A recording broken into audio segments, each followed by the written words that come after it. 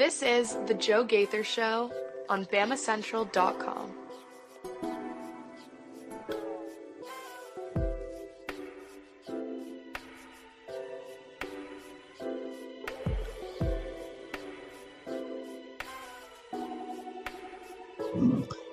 Good afternoon, Tuscaloosa. Internet world, West Alabama. How we doing today on this Monday? Good morning. Oh my gosh, when have we been here on a Monday morning? It's been ages. It's been ages since we've been live on a Monday morning. Usually it's Monday afternoon, but we are continuously trying to make the show a little bit better. So we are live here on a Monday morning in the Derek Daniel State Farm Studios, just off of McFarland Boulevard. You guys can visit us if you want to.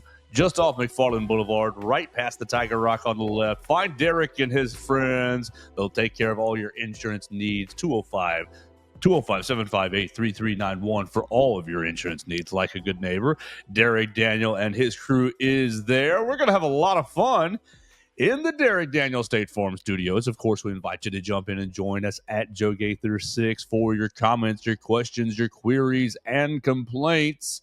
You can also call us if you want to give us a call at 205-462-7340, extension 800 to join the program if you'd like to. Join the fun that is going to be this Monday. Oh my gosh, what are we doing on a Monday? We are live in the Derek Daniel State Farm Studios, and we don't have Mason Woods with us. We are live. We're going to talk about Alabama and Kentucky. Alabama beating Kentucky 96-83. I almost pulled out every hair on my head during the first sequence of defense, but the fellas got it in gear. Got it in gear and got it done, ending a 2-game losing streak. We're going to spend most of our time talking about the Alabama basketball game in Coleman Coliseum. We will talk about the Alabama baseball team. Yes, that baseball team that's 8-0, that's flipping the birds to the cameras. Did you like it? Did you not like it? Do you have an issue with that? Coming back from down 10-0, having a little fun in the locker room. We'll talk about that as well today. All here on the Joe Gaither Show on Bama Central. But we need to take care of some business first. Why are we live on Monday? We are live on a Monday thanks to new friends. Theo Fernandez joins Bama Central as Bama Central's newest intern. And as soon as I saw the name Theo Fernandez come across my wire, I said, ooh, I think we can maybe make some adjustments here on our Monday show and maybe see if we can make things a little bit better. So, good morning, Theo. You follow Theo at Theo Fernandez _. He's twice as good as Mason. Mason has 1_. Theo, you trying to one up our boy Mason? Tell everybody who you are, where you are in school, and just how you doing this morning. Let's start with there. Those handful of things. First of all, I'm doing great, Joe. There are not many opportunities to get to talk Alabama sports for an hour on my Monday morning. So I'm sorry. I know college kids waking up this early. I'm sorry. I'll wake up gladly every Monday morning if it means getting to talk Crimson Tide athletics. I'm happy to be here. I'm a sophomore at the university here, majoring in news media. And I met Joe way back last year, freshman, working my first ever job here, Crimson White soccer reporter, and ran into Will Miller. That was my main, point of connection. We love Will Miller on this show. I'm sure everyone here is familiar with Will and his stuff. And Will's the one who introduced me to Joe as he came to one of the games, I believe. We talked a bunch. Then I just kept running into you. SEC basketball tip-off last year. All sorts of events, and now I'm on your radio show. So it's crazy how that works out. Yeah, let's go back to man, that soccer game. I was in a different point in my life. What was your perspective? I mean, we're gonna have a lot of fun on this show, but we need to set the stage. We need to set the tone. I walked away from that soccer game saying, "Will, did he know that I was joking most of the time?" What was your? Okay, I'm meeting this guy. Whoa, okay, Alabama soccer pretty good that season, so it was a relaxed atmosphere. Let's get your perspective on the first interaction between Theo Fernandez and Joe Gaither. Well, Joe, you talk about being at a different point in your life. I think that sums me up pretty well. I mean, I'm a freshman. I've lived in Tuscaloosa for about 4 weeks. I'm from New York. A month ago, I was living in my small town up in New York, and I go to this Alabama soccer game, and I have Will Miller in my ear telling me they went to the College Cup last year. They went to the College Cup. So I'm thinking this is a huge deal. So Joe comes in, and everyone I met, I just kind of viewed as, the big thing around here because I was lost. I was probably the smallest fish in the pond that is Alabama sports media. And it was all a blur to me. It was just so hard to figure out what was going on. But Joe, Will, everyone helped me out a lot along the way. So we're leaving the Crimson White. You're right. So you spent a little time with Crimson White. Great. Now it's WVUA and it's Bama Central. What other ponds are you casting your line in right now? Well, I'm a little all over the place right now. I've done some production assistant work for Crimson Tide Productions. Always love getting involved behind the scenes. I'm working as an MMJ over at WVUA as an intern. And then you said MMJ. What is that? Monday morning journalist? Multimedia journalist, just basically going out and filming stories, doing a package on the Alabama-Kentucky game that's airing today on the station. So everywhere that I can get involved is great. And then the other big thing that I am a part of is I am the lead play-by-play broadcaster for Alabama's ACHA hockey team. That's ACHA. And so I'm spending a lot of time over in Pelham talking Alabama hockey on the call about twice a week during the season as they have a lot of homestands. Are you running into my friend Preston McElhaney? He's the play-by-play guy for the women's team. So I run into him a good bit. And what's that? Okay, so tell us. I mean, this is not disrespectful. It's just framing. This is context. It's not Division One, but the boys and girls, are they on scholarship of any kind? And what's the competition like for Alabama hockey? So there are actually 4 hockey teams over at the University of Alabama. First of all, the best overall team as far as on-ice performance is the women's team. They're incredible. They're kicking like 22-1 or whatever. They just won College Hockey South, which is the conference that most of our teams play in. They're going to nationals in a couple weeks, and they're expected to make a lot of noise. The program that's only in its second year is doing some incredible things. You have a couple men's club teams that compete in that College Hockey South, and then a club men's team, ACHA, the highest level team that plays here. They're coached by Mike Fairbanks, USA hockey rep for the state of Alabama, former D1 player. He's a great guy. He's got us in a conference. The team is joining a conference with Louisville, UNC, NC State, probably Georgia, Tennessee in a couple years. And this is the precursor to NCAA Division I hockey in the South. It's a long way from happening, but you guys keep your eyes peeled on this program because give it 5, 10, maybe 15 years, and this will be a real story. Okay, well, this is a detour, but you triggered me a little bit. You just said give it 5, 10 years, and we'll see it as a Division I sport.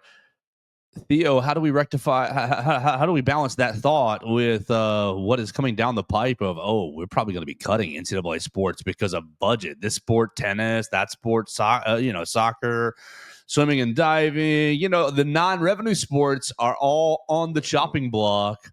Obviously, that's going to be the last thing that Greg Byrne or any of these college athletic directors want to do. But you're talking about adding sports, and people are talking about cutting sports. How do those jive?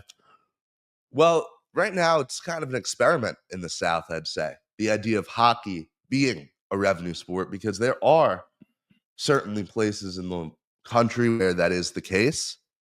You look at the University of Georgia, they have a brand new arena that they just built. Amazing, amazing place. Is it hockey only? It's an ice rink. It's Aikens Ford Arena. It is devoted to hockey. It fits about, I want to say, around 4,500. They have concerts coming through. Megan Maroney, a ton of other artists playing there. So they're getting other uses out of it. But the idea would be, they want to be a Division I school. Liberty University, they have a rink that they just built in the past couple of years as well. It's clearly something that people are curious to see if it's profitable. And if it is, you talk about cutting sports all you want, but hockey is something that very well could be headed to the South in a new form through college sports. We see hockey as a potential revenue sport, not non-revenue. Is that our justification? Is that our lane into adding hockey? Well, I mean, Joe, if It's all about the money, if we keep Theo. things real, the only way it would be added is if it could be a revenue. Right, We're not going to yeah. add another non-revenue. So Exactly. everything I'm saying is really contingent on hockey being something that can drive in money. And your guess there is as good as mine. I'm going to be honest. Oh, Flim, $1. That's all right. Well, we're charging you for that. That's okay. New show rules, I guess. I feel. Theo, we're gonna get you relaxed around here. I'm just teasing you a little bit. We're gonna get you relaxed. So let's keep going right here. You're from New York. I watched the third period and overtime of the Four Nations final. What was that? Saturday night, Friday night? That was Friday, yes. Yes, Friday night because it was Thursday. Oh, you're Yeah, right. Thursday night. Goodness gracious, everything runs together. I like the Preds from time to time. I'll turn on hockey. What's it going to take for hockey to really take root in the South? Well, you look at the struggles that hockey's had in the South. I mean, Atlanta's had two teams have to move away. Huntsville is one of the cities that is able to bring in revenue. You know, they have the Huntsville Havoc. They do great work. They used to have a D1 team. So it's kind of a mixed track record. Meanwhile, in Nashville, they love the Predators. Oh, the Predators are huge. You look up further west, Dallas, they love the Stars. I mean, it is a city that loves hockey. So you kind of have places where it's succeeded, places where it hasn't really succeeded. And everyone kind of wants it to succeed, though. Like you look at USA Hockey and other organizations, they want hockey to really take root here. And I think that with how much, our country loves sports, with how much people can get behind teams. Does our country love sports, or do they just love distraction? Give me a good distraction. Hockey's a great distraction. Hockey is 60 minutes of guys, full speed collisions. I mean, you're telling me an area that loves college football couldn't eventually get behind hockey? I think that the market is there. Fighting in college hockey? No fighting. No fighting in international or college hockey, right? Those are the rules, at least. Yeah, well, you are not familiar with Alabama's hockey teams if you're going to talk about no fighting. I'm not. I'm asking. These guys love to get physical. Almost a little too much fighting, if you ask me. But these guys are fun. They are aggressive, and who doesn't love to lay down a couple hits? Cross-check a guy into the boards. We're talking traditional squaring up. We're gonna hockey fight. I'm grabbing your sweater, you're grabbing mine, and we're maneuvering. Yeah, you will see those if you go. Oh my gosh, that's like the dangerous part. Is like I've got your hand on you. Like you've been in a fight before. It's okay. It's not the worst thing, but being in a fight on skates, that's a whole different issue. Oh, absolutely. Generating power, staying on your feet, not falling and cracking your head open on the ice, all that stuff, I think can go south pretty quickly. Theo, we got to get you relaxed a little bit more over here. It's Monday. You following Theo at Theo Fernandez _ right here on the Joe Gaither Show on Bama Central, BamaCentral.com.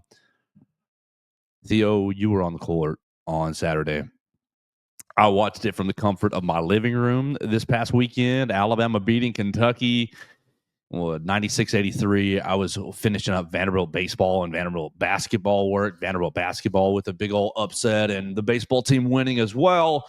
So I'm finishing up those works. I'm flipping over, and Alabama is already falling into a hole. A theme on this show has been bad starts. You're on the floor. What do you think just about Alabama, the game, and specifically the poor start? Well, I was on the floor. I was filming. And, when you start a game like that, everything's kind of a blur because you're getting your shots. And it takes a minute for everything to click. And I remember the first time I looked up at the scoreboard and I realized, we're in a big hole. We're doing we're starting exactly how we did against Auburn. We're starting exactly how we did against Mizzou. And you get concerned really fast when you've seen the team fall victim to the same thing over and over again. But it was just such a fun game, such a fun way that they fought back. But, man, those first couple minutes really did have me sweating. What's the deal with these starts, Theo? Coach was talking about this past week, we're going to give guys a little more rest. We haven't worked as hard in practice this week. We're worried about gas tank, this, that, and the other. What's the deal with these starts? These starts are horrific. Alabama falling into a pretty nice little hole right off the bat. Let's see. There's my first quarter, first period. Cha-cha-cha-cha-cha. Oh, that's a reversal order, right? Let's go. Bam. Yeah. Alabama falling into a 20-9 hole right off the bat in the first five and a half minutes. You're down 8 points. We've been talking about starts. You lost to Auburn by 9. You lost to Missouri by 12, falling into a 9 and a 12-point hole right off the bat. So you give them an 11-point, 8, 9, 11-point advantage. Just here's what I said on last week. I'll get your perspective, Theo.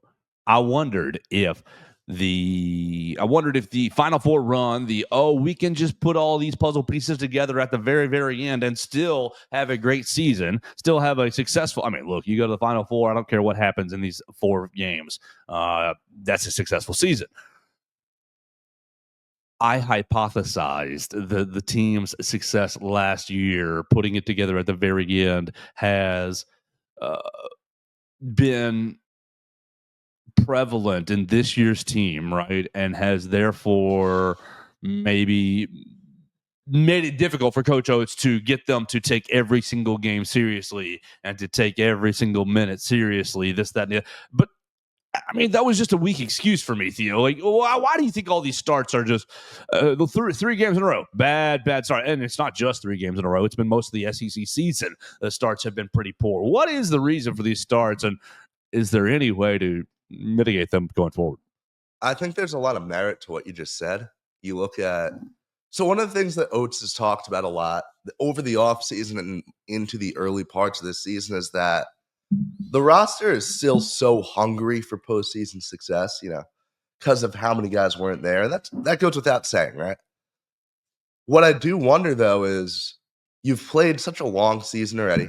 You've played such a tough schedule already.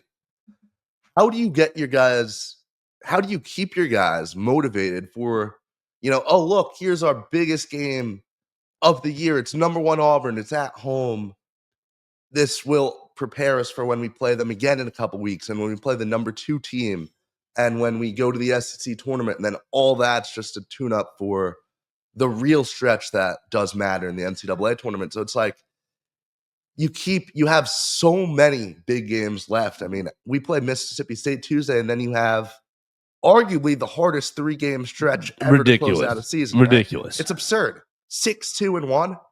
So it's like, how do you go to Columbia on a Wednesday night and stay hungry, when you know how much more is still left to come and when you know how many other chances there'll be. And I just wonder if it's a little hard for this team to play 100% and play with max intensity all the time. And that's what Oates always stresses. It's just got to be so hard to do for a full season when you're playing this kind of gauntlet, though, right? All right, so this just hit me as you're talking. I'm wondering if, because we've outlined the goals on this show many times. The goal is beat Auburn twice. Then then the goals are to win the SEC regular season title. Then it's the SEC tournament. Then it keeps going on from there. NCAA tournament.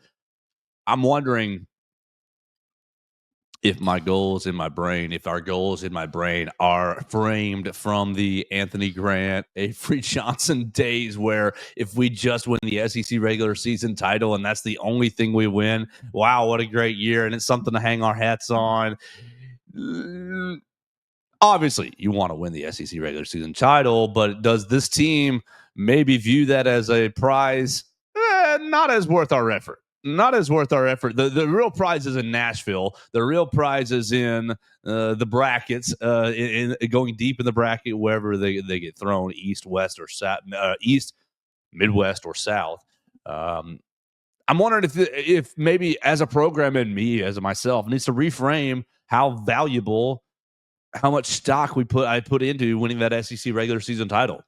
Because to me that was hey. Load it up. We're going to double up titles. You're going to get a regular season tournament. You're going to go to the Final Four, yada, yada, yada.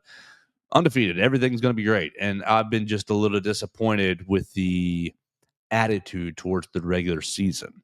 And, Joe, that does make a lot of sense when you look at the way that I view Alabama basketball as expectations versus you. I mean, I've only been fully following Alabama basketball for 2 years, and I come in as like college basketball is my sport. That's what I know best. But you look at the goals of other huge programs. I come into Tuscaloosa and I see a team that's had this much success, and I think, yeah, they're obviously only playing for March. Any previous goals that this team used to have, you look at you look at Duke. They dropped the last game of the year, in Chapel Hill, but then they still go on to win the championship. That's still a successful season. You lose to your rival, it doesn't matter at all. Come March, come April, it's funny looking at the way that programs' goals evolve over time, the way that an SEC regular season title doesn't even move the needle for some people anymore, right? Oh man, I guess you're right. And for me, it's still like that would be a huge accomplishment. And you've got people, well, if they didn't go to the Final Four, it's a failed year. Let's talk about this game specifically here. You've got a lot of complaints. What do you want to start with first? Because I've got different topics. So we got Mark Sears going for back-to-back 30 burgers. You've got Otega Oweh fouling out, and the complaints from Oweh and Mark Pope with the officials. And really, those complaints have gone off online onto the Twitter sphere. All the Kentucky fans really unhappy about the officiating. Then you got I want to talk about Grant Nelson. Where the heck has he been? What's he doing? Is he okay? Does he need a mental health day? What's going on, Grant? I've got a lot of things that I want to get into. Cliff Amore, I thought he probably had his best game in an Alabama uniform. 15 rebounds. I mean, you give me 15 rebounds. I don't care if you never score a point, buddy. Like, just go gobble up those rebounds and be a presence inside. His defensive presence has improved tremendously, but has left a lot to be desired. So, what do you want to start with, Theo? You're the new guy. You want to start with Mark Sears? You want to start with Grant Nelson? You want to go with LeBaron Philon? What are you feeling here? Roll the dice and tell us where we're going. Okay, so there's a lot to discuss on the roster. As someone who is on the court, as someone who's about 3 feet away when these interactions are happening, Oweh said a lot of stuff to these referees, man. What kinds of stuff? We want to make it nice and family friendly. There were a lot of words I cannot repeat, but I think everyone has a general idea of what I was talking about, and it was just so. Was he telling them to get their eyes checked? I think he was just trying to give them some advice. I think he was trying to help them do the job to the best of their ability, and sometimes, players just want to help out. They want to make their FC things from their point of view. That's what Oweh was doing here. Well, you were down there. What did he have a complaint? Did he have a true gripe? What do you think? It was all just heat of the moment, like court talk. It was the heat of the moment. Keep going. I'm not at the point where I've let loose enough to start singing. I think we'll get there pretty soon. We'll be there. We'll be there soon. But you saw the raw emotion on all these players, and that's always great to see. That's one of the coolest things about getting to actually film from down on the court, right? I mean, you're so close. Everything's so personal. You have such an inside view of everything that happened. But, man, there was just so much emotion out there. And I don't know, everyone's going to have complaints about the refs after a game like that. I think a lot of it was unwarranted. I think there are calls that you can question, but what game doesn't have those calls, right? Theo, my friend Everett Osmer, watches the show on Facebook and says, good morning to my favorite people. We're next to each other. Just make sure you say hello. This is Theo Fernandez today, not Mason Woods. That's why we're sitting on the same couch. We want to say hello to you, Everett Osmer, and thank you so much for joining us on the Facebook machine. You can do that as well if you want to at Joe Gaither 6. So the heat of the moment, emotion. What I want you to take us to is them this start, right? Okay, you've had the bad start. Coach Oates, he throws sub after sub after sub. Like, let me scroll to this. Where's play-by-play right there? Period 1 at the very beginning. Cha. All right, here we go.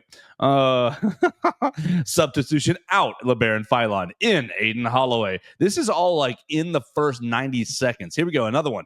Out, personal foul, Grant Nelson. Substitution out, Aiden Holloway. Out, Grant Nelson. In, LeBaron Philon. In, Jaron Stevenson. You keep going down at 16:30. Again, a big mass sub. Out, LeBaron Philon. Out, Cliff Amori. In, Aiden Holloway. In Muhammad Diabate. Coach was just, no. We are not having this bleep today.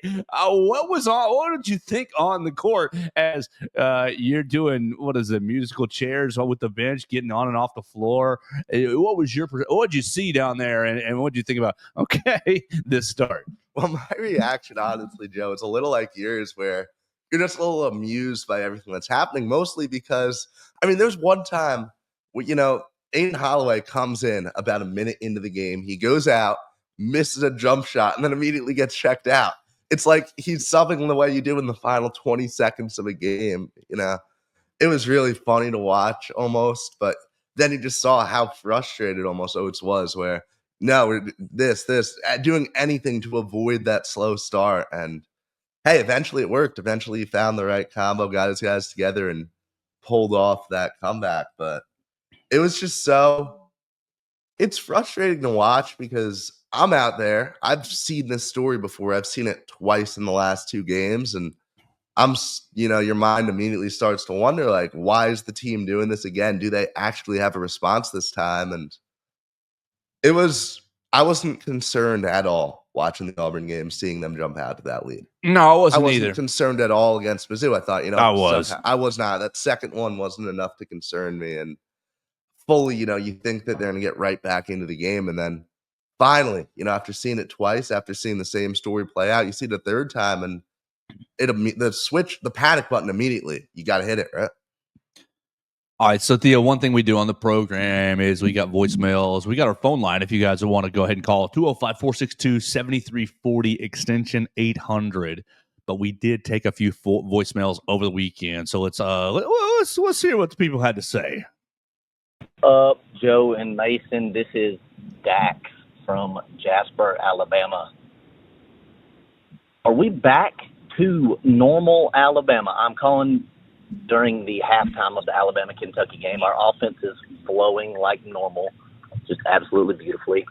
And the defense, it started off the game with the 16-9 before the first media timeout. And I was like, because we weren't showing all the effort that I was really liking.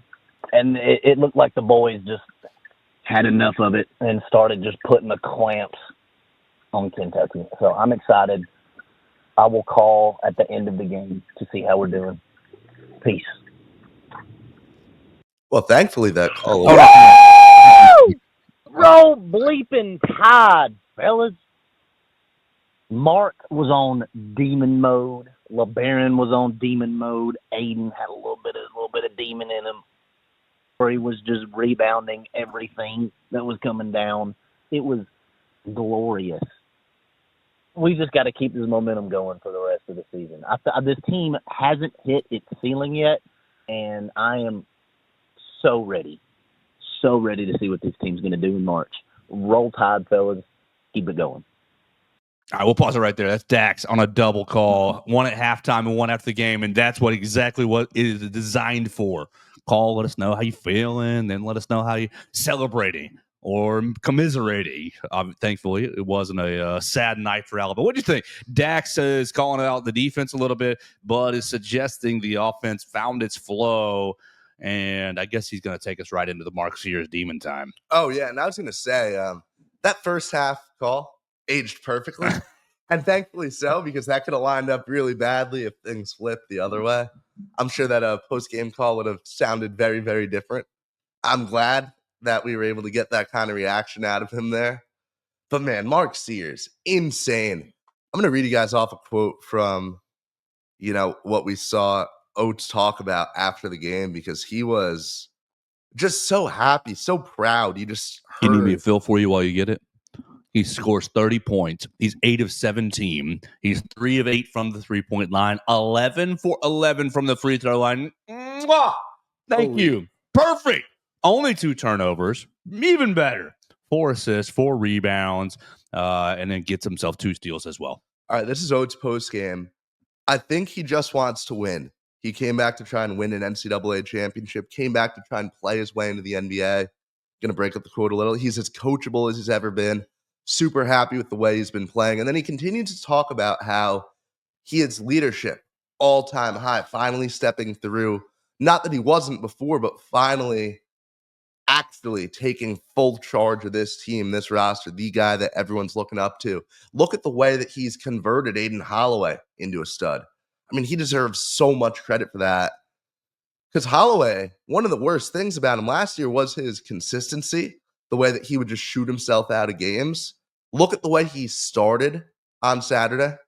Because there was those first couple shifts, he was struggling. And then look at the way that this game finished. I mean, seriously, Aiden Holloway in the second half was on a tear.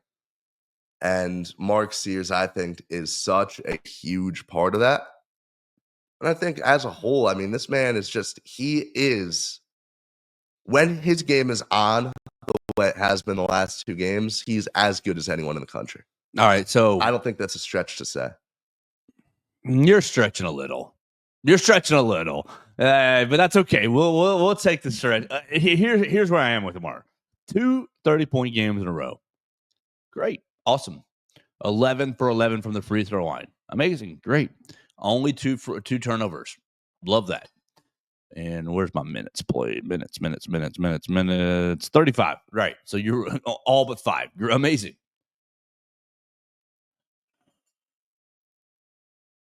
This might be a pain in the rear perspective. This might be a curmudgeon perspective. But Theo, you better give me that. Buddy, you can't play it. No. That's not right. You better give me that 30 points, 25 or more. Because on the defensive end, you have been not so good. Now, at times better. At times he has shown to be a pretty capable defender and to be. But the team has struggled as a whole to stop the basketball the entire year from the top of the top. So, Mark, you have the performance last Saturday, 2 of 11, from the 3-point line. And how many turnovers against the Auburn Tigers? And the defense was just atrocious. Well, you go up to Missouri, and yes, you were more aggressive, but the defense still absolutely atrocious. Buddy, we need the 30 points from you. We need the 30 points from you, or why are you on the floor? Is my next question. Because if it's not for offensive, we're just going to dump offense on, Mark Sears' legacy is secure as a top 5 Alabama basketball player probably ever. And so to that end, this is not a disparagement on him. But the last 2 games are much closer to what I was expecting to see out of Mark Sears than really we have seen all year. Now, a lot of that's due to what you said, integrating Aiden Holloway, integrating LeBaron Philon. The team has so many different parts. I think that would drive me nuts as a point guard to make sure to keep everybody involved. I think that would be a task in and of itself. But where do you stand, Theo? I'm sitting here like, okay, yeah, that's exactly like if you're not getting that from Mark, then he is not quite living up to the expectation or standard that has been set for him. Okay, let's keep things in perspective here, though. That's what I'm going to say. This man, he's an All-American point guard, okay? He is the best point guard in the nation. I fully believe that, and I think it's a hard statement to argue. Is he better? Is he better than Zakai Ziegler? I think so. Okay. I think almost everyone has him as their pick for All-American right now, and performances like this are obviously the reason why. It's just, look, I love the guy. I think he is I love the guy too. Incredible player. I think he is the life and soul of this team. I think the team's success is fully reliant on his performance. And I think that as deep as the team is, I mean, we've seen him have rough performances, right? That goes without saying. And if this team is to get upset at some point early in the tournament, it'll be because Sears has a bad performance. I think so, at least. I think, if there's a bad matchup, Alabama's to play something like UConn in the round of 32, those type of losses come down to how Mark plays. So he is without a doubt what this team, success comes down to him. He's had great games. It's hard to be super critical of a guy just because he's not scoring 30 every single day. That's not what I'm being sorry. critical of. No. My criticism comes in the defensive end, the liability that I think he is defensively, even given the context that he's gotten better. He's gotten better, for one. The other thing is, this roster was built knowing that he would be back running the offense. This is why you went out and brought in Chris Youngblood. This is, even though he hasn't quite panned out the way you wanted him to, this is why you brought in a guy like Houston Mallett, knowing what he could do on that other end of the floor. And obviously having Cliff out there all the time helps the defense as a whole, right? You build a team around, the fact that, okay, we might have not a full liability, but not the best defensive point guard. That's something that you just have to live with as Oates in this Alabama program. I think so. I'm with you there, but because we are living with it, let's just flesh the entire thought out. Because you're living with it, well, Mark, you got to give me a big effort on the offensive end. You get, like, whether we're scoring 30 or whether we're racking up the assist numbers, getting into the lane, whatever your contribution is offensively, it has to be a high output scoring wise or assist wise, and a low output turnover wise. It has to be a high efficiency. You can't give me this 2 of 11 BS from behind the 3-point line. Like, if you're off from the 3-point, that's okay. Like, look, I can't shoot a 3 to save my life, so I'm not talking about that. Like, but you to make up for the, okay, let's be generous, a C+ defender. Fair. I mean, right. Okay, that's what it is, buddy. Then we need that A-, A+ offensive effort nightly. And there are 4 games left. You've outlined the difficult stretch, and then we're in Nashville, and baby, it is going to be on. Like if you don't have the offensive output, or if you're inefficient on the offensive end, then you are. I hate to be this cruel, but you're wasting space. Throw LeBaron out there, throw Aiden out there, and go sit on the bench like you did again with Coach Oates with the LSU game. I think that's a harsh statement. Okay, I really do. You can push back. Hey, this is a welcome forum for you to push back. You're okay. You're not hurt, but come on. I just think it's kind of a crazy thing to say about a guy who's just this incredible on the court. I mean, come on. This is Mark Sears. This is the guy who led us to a Final Four. This is the guy who hit the 3 against UNC last year. This is the guy who dagger 3 against Clemson. Yeah, he has already made history for the program. I think he could very, very likely retire as the greatest Alabama basketball player that we've ever seen. I think his number could be hanging in the rafters one day.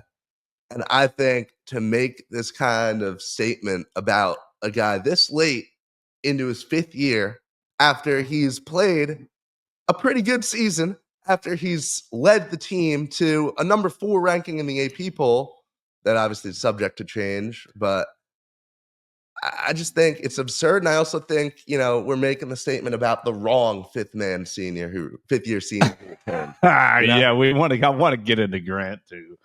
Golly. But okay, before we move to Grant, I want you to read what is it that you think I was actually trying to say? Because I want to make sure that it's clear. I think it's hard. You ain't in trouble. I think it's hard to make any real criticism of Sears this late into his 5th year with everything that you've done, because a part of it is nothing that you're saying is new. Everything that you're saying is stuff that we've known about Sears. And think about think about just how much more it applied 2 years ago, right? When he's, okay, what is he, the number 3 option on that Brandon Miller team? Right. And think about how much more it meant last year when, okay, look, he's the starting point guard on this really solid-looking Alabama team that's turning some heads, but look how much of a defensive liability he is, and look at how bad he is defensively. Look, I mean, last year felt like a fever dream almost with how atrocious we were on that side of the floor at times, right? And now it's like, okay, you've got a roster that's built around to maximize, your struggles on that end of the floor. And I just think I might not fully have understood the point you were trying to get across, but the point I'm trying to get across, and thank you, because the point I'm trying to get across is you need the Mark Sears that you saw on Saturday the rest of the way because of, I mean, in order to win at a high level, basically, because of the little bit of the liability that you get on defense. You cannot have the Saturday performance from 2 weeks ago where he goes 2-11. You cannot have, my take is if he is not giving you the offensive output and efficiency, then he is really, really hurting the team because the defense isn't really that strong either. The offense, when he's dialed in, we're plugged in. I mean, let's pull up some of these game logs. Let's see. Mark Sears game logs right here. Game logs, career game logs, perfect. That's what we love. This Sports Reference is the greatest website. Oh, absolutely. Just scroll all the way to the bottom. This is us against Kentucky. He's 30 and 35 your last 2 games. Great. But you go 18, 11. Like those are nice numbers for a role player. Yeah, those are nice numbers for a role player. But brother, you're giving us 11, 18, and 18 in 34 minutes, 31 minutes, 31 minutes. You're going 5 of 11. You're going 4 of 17. You're going 5 of 12. Like I need, and the other part, you're going 6 turnovers, 3 turnovers. The inefficiency is not. The offensive output is not enough to erase what we're doing on the defensive end in really these handful of games against Arkansas, Arkansas, Texas, Auburn, Missouri.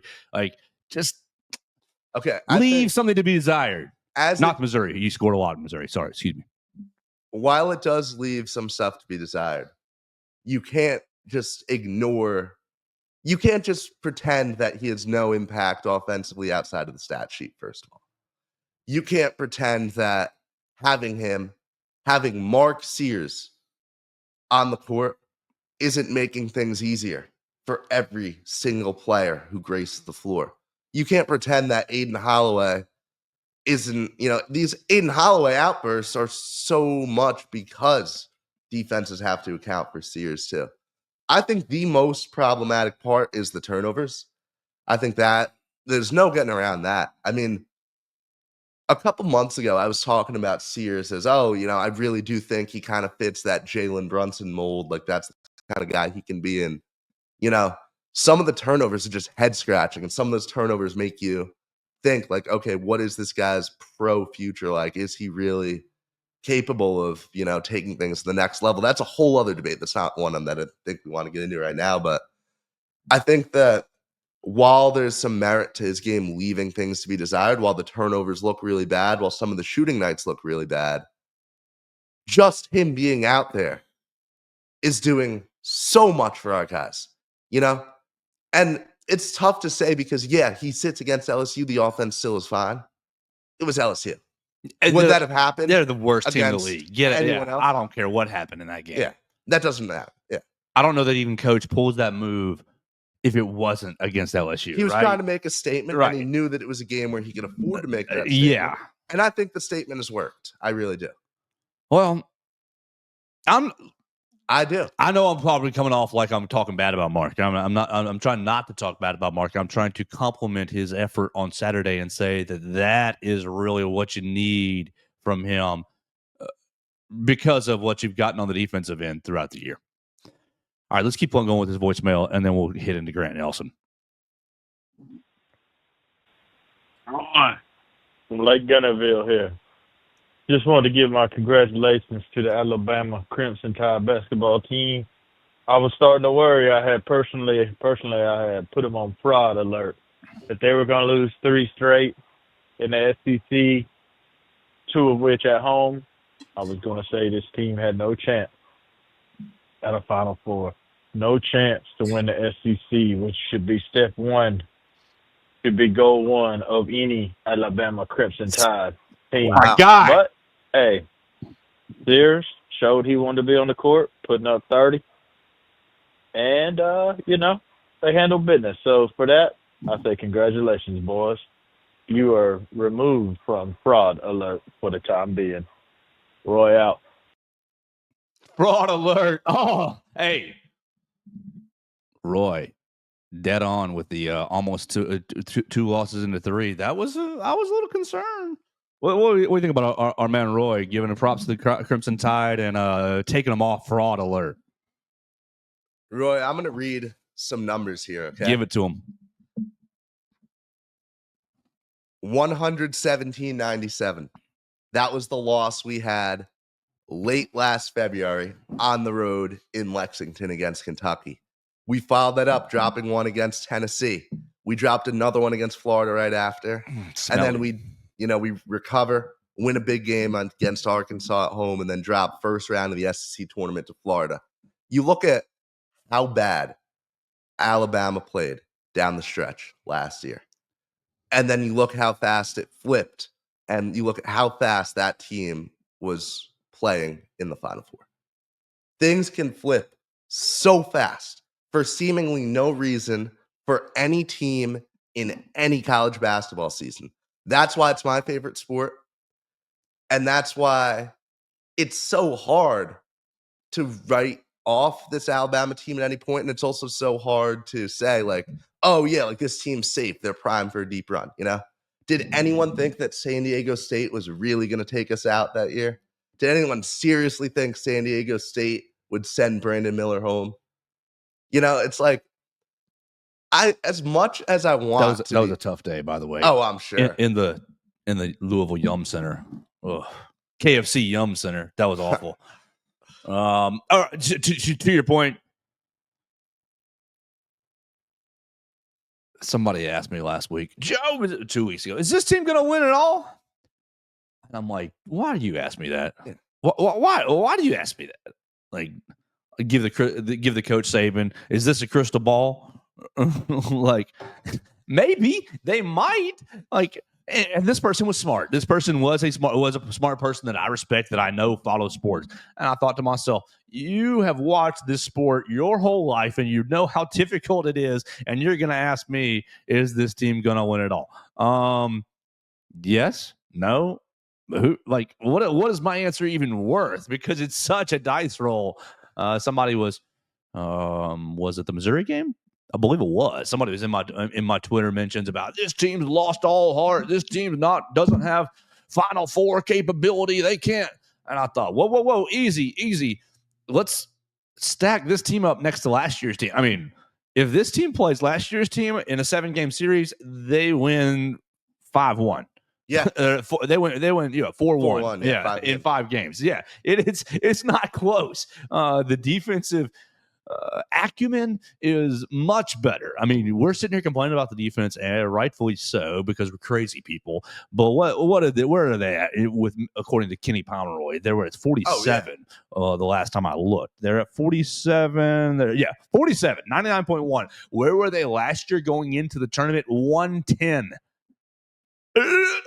So it's a lot better, and the offense is right about the same. Not as historically good, but still at a really, really good pace. Offensive efficiency is 3rd best in the country.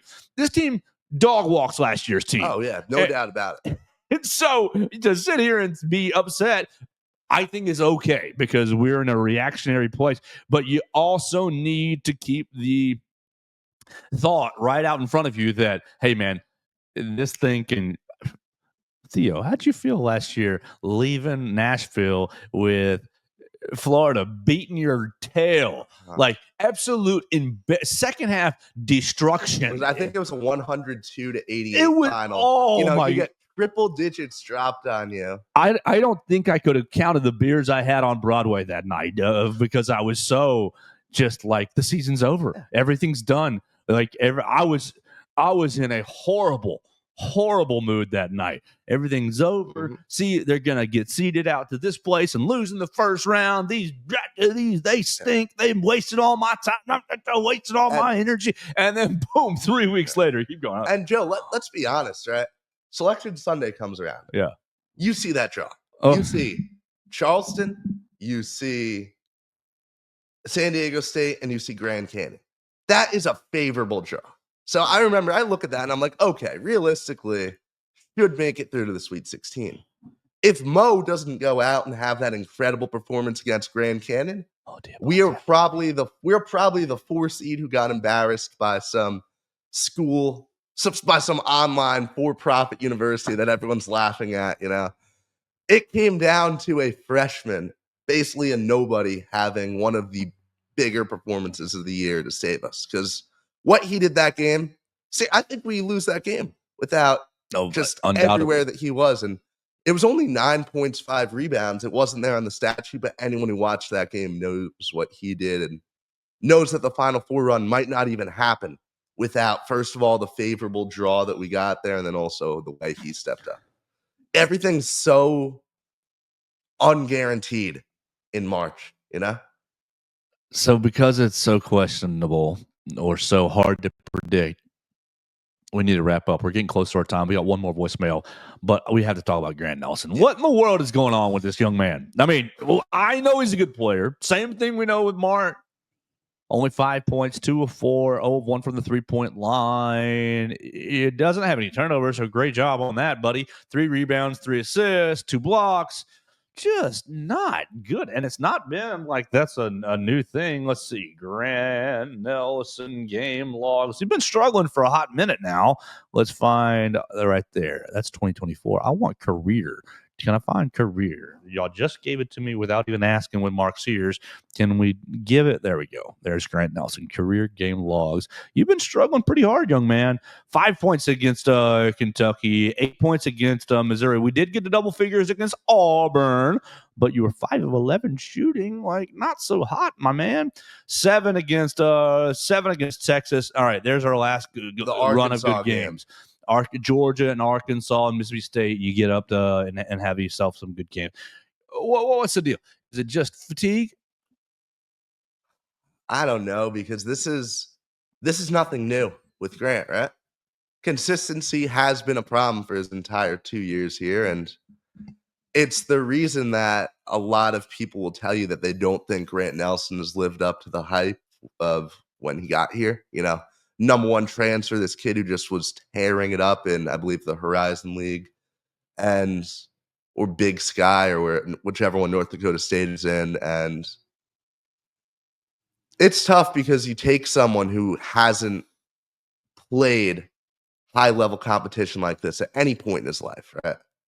I mean, let's be real. Kid from North Dakota goes to North Dakota State, and then all of a sudden you're throwing him in the Southeastern Conference, which just so happens to be right now the greatest conference, the greatest season of any conference ever. Insane. Right? It's absurd.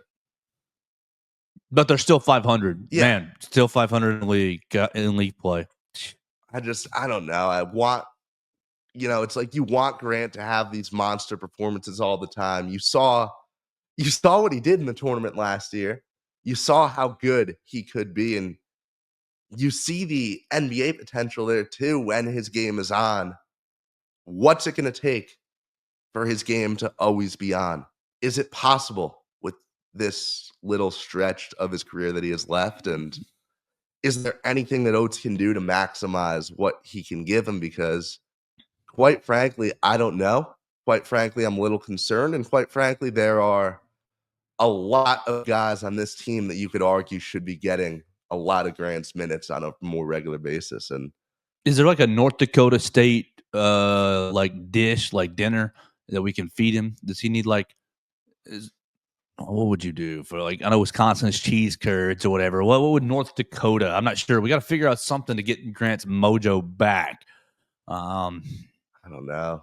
Buffalo Hunt or something. See, I don't know anything about North Dakota, so I'm not I even just gonna. know that I'm not you're- even gonna hooey with the audience there.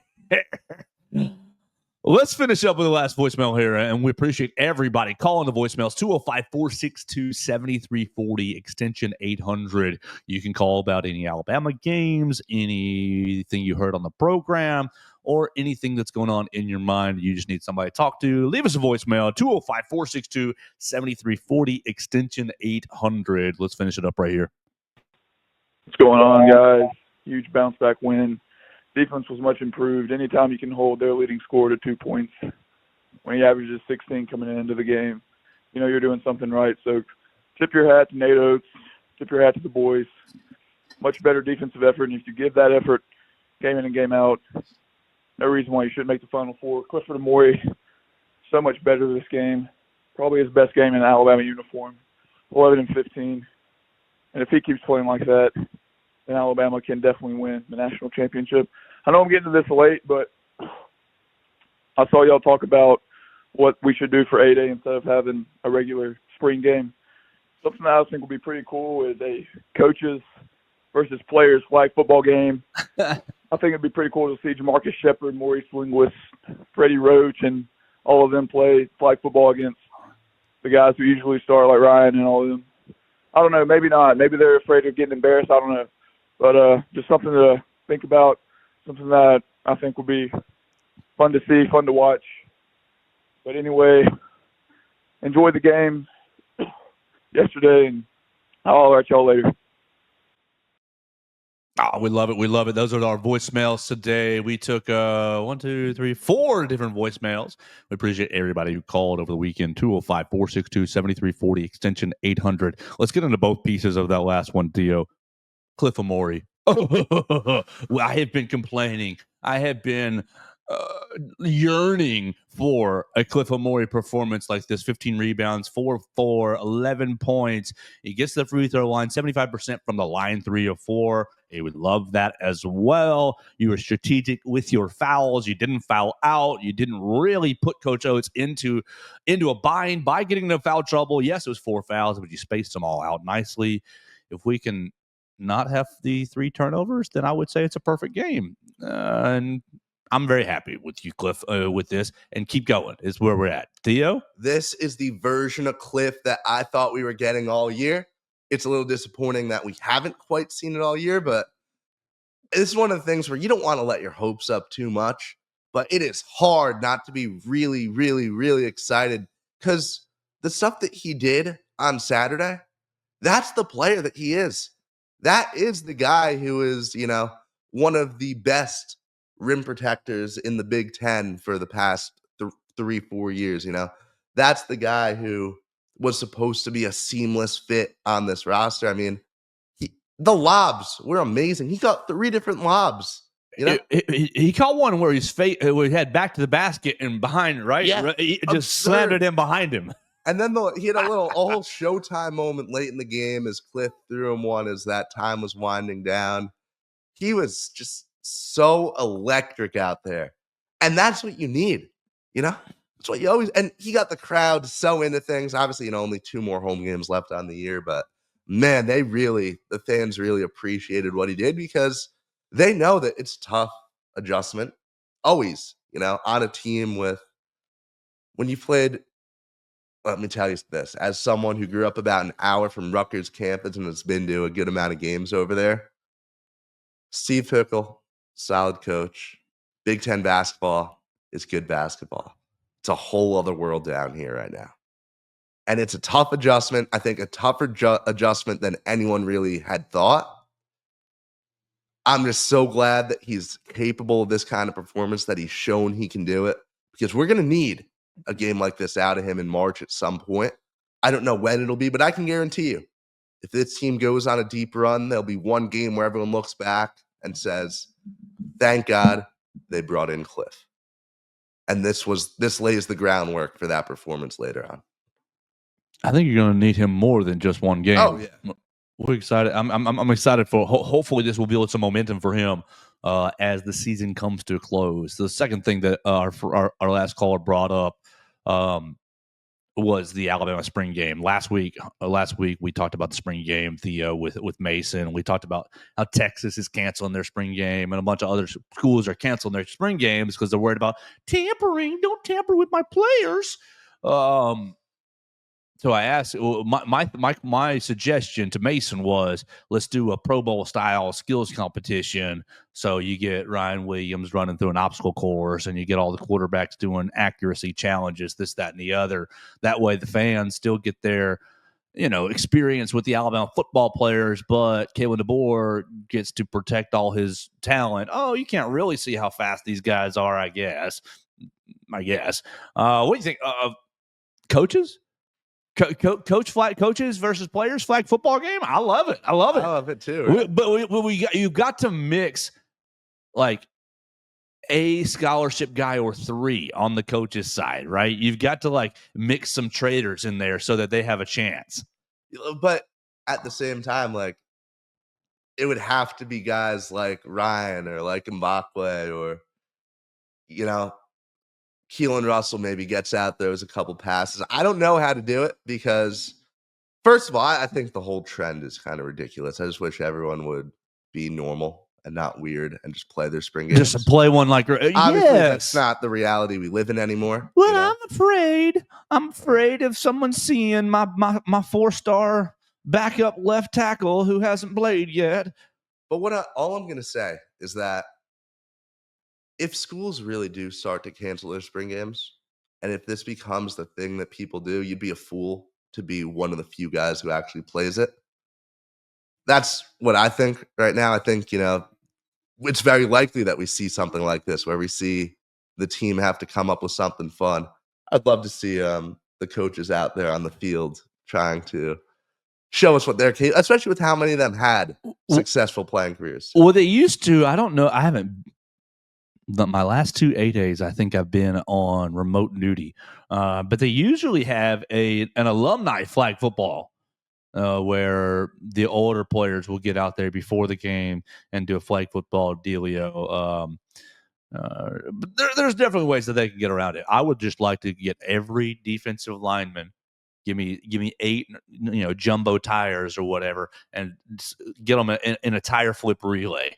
That's what I want to see, a tire flip relay with the Alabama offensive line versus defensive line. I want to see a tug of war offensive line versus defensive line. That's what I want to watch. I think that's where just let the trenches run the whole day. Those are the most fun competitions. Get a little sumo, get them in those sumo suits, in those big old sumo suits, and see if they can smash into each other. And we can turn this into a whole like celebrity charity. I want that, and I want that, and I want a team-wide dodgeball game. Those are the two things that I want, and I would be a happy guy. Are you going offense versus defense, or are you just mixing them up? Divide the 85 down the middle. How about let two captains draft teams? I want live draft out on the court. Out on the field. We'll get everyone excited. Hey, the sky's the limit, right? Whatever you can imagine, you can do. That's right. So if you guys have thoughts on Alabama's spring game, you can call 205-462-7340, extension 800. We'd love to take your voicemails on that. We'd love to take your voicemails on this basketball team. And lastly, we'd love to take your voicemails on this baseball team. Robert Green comments on Facebook, great win, but let's see how SEC season starts at Texas A&M. Home against Tennessee will tell where the program is. We're going to talk baseball mostly tomorrow because we are about out of time.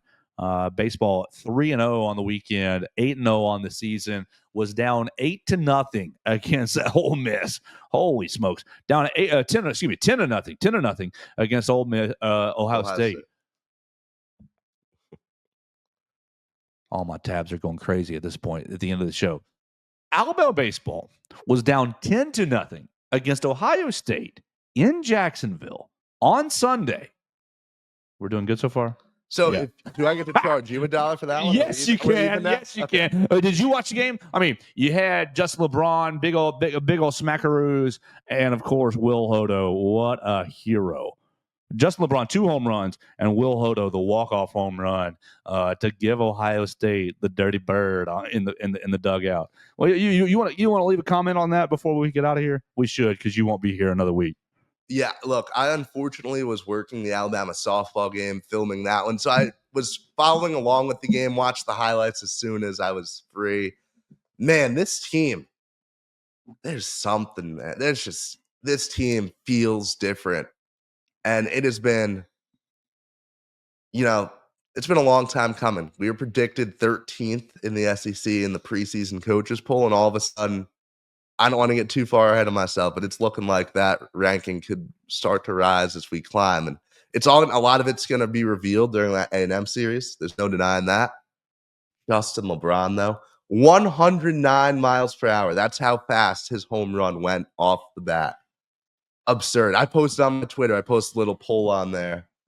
Is he a top 10 pick in the MLB draft? Almost resounding, full answer was yes. And obviously, I'm biased. My audience is biased, but the hype is real. And MLB scouts agree. I mean, this is not centered around Tuscaloosa. Everyone's kind of turning their heads and seeing, how is this guy doing all this? And we're so early into the season, the ranking can start to rise. This team is just so fun, though, already. Team gets back in action on Tuesday, 4:00 right there at the Joe. Look, you guys know I'm not the biggest baseball fan, but I'm going to encourage you to get out to the Joe because Justin LeBron is worth that price of admission. And on Tuesdays, that price of admission is $2. So it's not expensive. Goodness gracious, he is absolutely worth your $2. Or more than that, you're going to be seeing him in the MLB ranks very soon and in the upper echelon of, we in Tuscaloosa. I think we've been pretty proud of Tim Anderson and his career. I think Justin LeBron is about to be on that trajectory as well. I know Tim Anderson didn't go to UA, but he's from the area, Hillcrest High School. Justin LeBron will be kind of like that, but more specifically tied into UA for playing here for 2 years. We talk about these NBA prospects on the basketball team. Go see Justin LeBron. This dude is amazing. Shortstop, infielder, and just a wizard at the plate as well. Two home runs on Sunday. Really, really great start to the season. The guys are playing Jacksonville State on Tuesday. We'll bring Mason back in tomorrow. Mason Woods will be back. He's enjoying his day at the Home Depot. We'll be back here tomorrow. We'll get Mason's thoughts on Alabama, Kentucky. We'll get more into this Alabama baseball team flipping the bird to the camera. Do you care about that or not? I don't really care about that. Don't think it's a big issue, but maybe you do. You can leave us a voicemail at 205-462-7340, extension 800.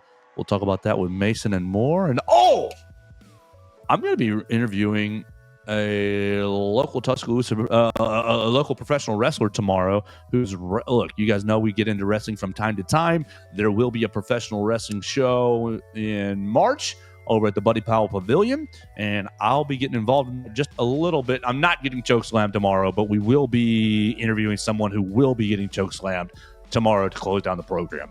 That'll do it for the show. Make sure you follow Theo Fernandez at Theo Fernandez __. Two underscores. Two of them, because he's double special.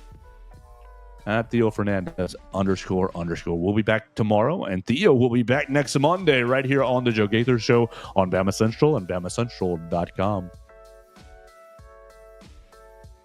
Thanks for joining us on today's edition of the Joe Gaither Show on Bama Central. Keep up with Joe on all his social media pages at Joe Gaither6. Subscribe, rate, and review the show on Spotify and Apple Podcasts, and be sure to read us daily at BamaCentral.com.